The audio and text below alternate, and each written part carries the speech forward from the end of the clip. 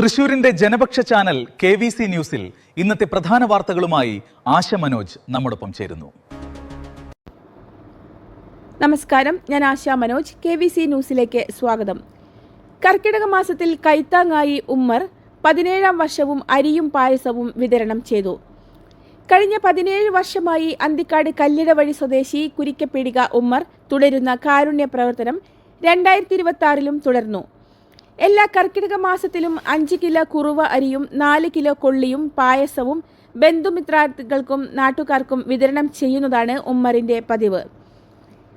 August 8 ശനിയാഴ്ച ഉച്ചയ്ക്ക് 2 മണിക്ക് അരി വിതരണം ആരംഭിക്കുന്നതിന് മുമ്പ് തന്നെ അന്തിക്കാട് കല്ലിടവഴിയിലെ ഉമ്മറിന്റെ വീടിന്റെ വിശാലമായ മുറ്റം ആളുകളെ കൊണ്ട് നിറഞ്ഞിരുന്നു.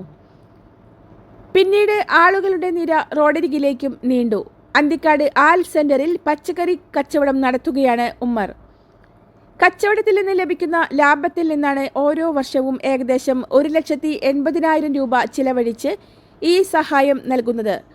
ജോലിയും കൂലിയും പൊതുവെ കുറയുന്ന, മഴ ശക്തമായി പെയ്യുന്ന കർക്കിടക മാസത്തിൽ കുടുംബങ്ങൾക്ക് ഒരു സഹായമാകുക എന്നതാണ് ഉമ്മറിന്റെ ലക്ഷ്യം. ഭാര്യ റംലയും മക്കളായ ജംഷീർ, ജാഷീർ, ഷാരി എന്നിവരുടെ നേതൃത്വത്തിലായിരുന്നു ഇത്തവണത്തെ വിതരണം. വർഷങ്ങളായി തുടരുന്ന ഈ കാരുണ്യ പ്രവർത്തനം നാട്ടുകാർക്കും വലിയ ആശ്വാസമാണ് നൽകുന്നത്. KVC news, Thrissur.